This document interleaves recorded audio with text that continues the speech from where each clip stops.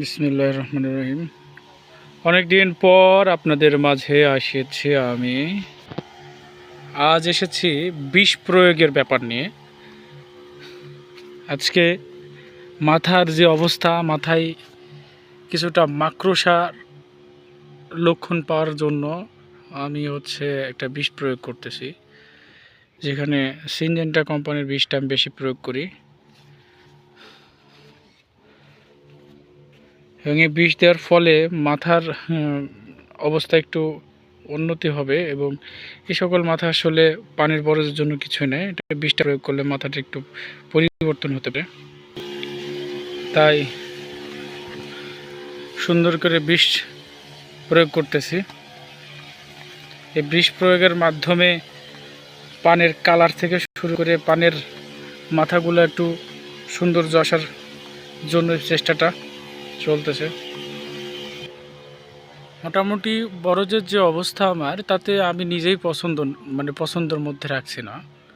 প্রত্যেকবারের থেকে এই বছর আমার বরজ অনেক কমা, শুধুমাত্র বরজগুলো মরে শেষ হয়ে গেছে। আমি আপনাদের কাছে আরেকটা আবেদন করতেছি যে যারা বরজ মরে যাওয়ার জন্য যে সকল বিষ প্রয়োগ করতেছেন, আমাকে একটু জানাবেন যে আসলে কোন বিষে কেমন কাজ করছে। আমি সাধারণত রিভার্স বিষ প্রয়োগ করি বেশি।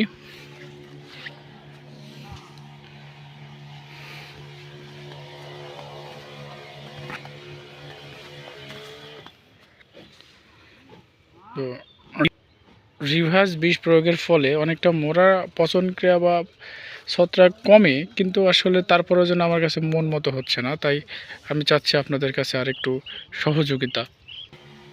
এই হচ্ছে ডান পাশে আমার বরজ, এটা অন্যজনের বরজটা। আসলেই মাশাআল্লাহ, আল্লাহ পাক দিয়েছেন, আমাকেও হয়তো দেবেন, কিন্তু কিছু সময় লাগতে পারে। বরজটা একটু নামাইছি একটু পরে বৃষ্টির অনেক পরে, যার কারণে আসলে আমি বরজটা খুব একটা সুবিধা করতে পারি নাই। অপরদিকে এই বরজটা আসলে বৃষ্টির আগে নামাইছিল, যার কারণে বৃষ্টিগুলো খুব সুন্দর পেয়েছে, যার কারণে অবশ্যই বরজটা বেঁধে গেছে আর কি, ভালো হয়েছে।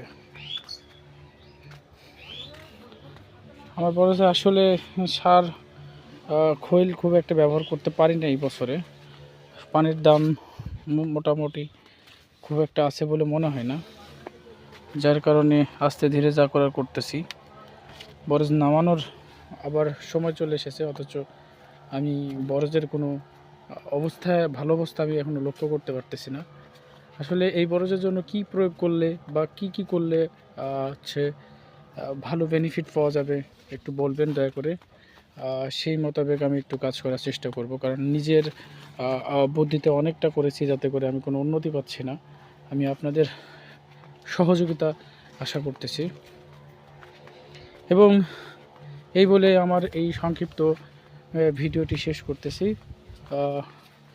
আশা করি নতুন কোনো ভিডিও, নতুন কোনো সিস্টেম নিয়ে আবার আপনাদের মাঝে আসব। ভালো থাকবেন, সুস্থ থাকবেন, সেই পর্যন্ত দোয়া করবেন যেন আমার বরজটা মোটামুটি আল্লাহ ভালো করে দেয়। সেই পর্যন্ত ভালো থাকবেন।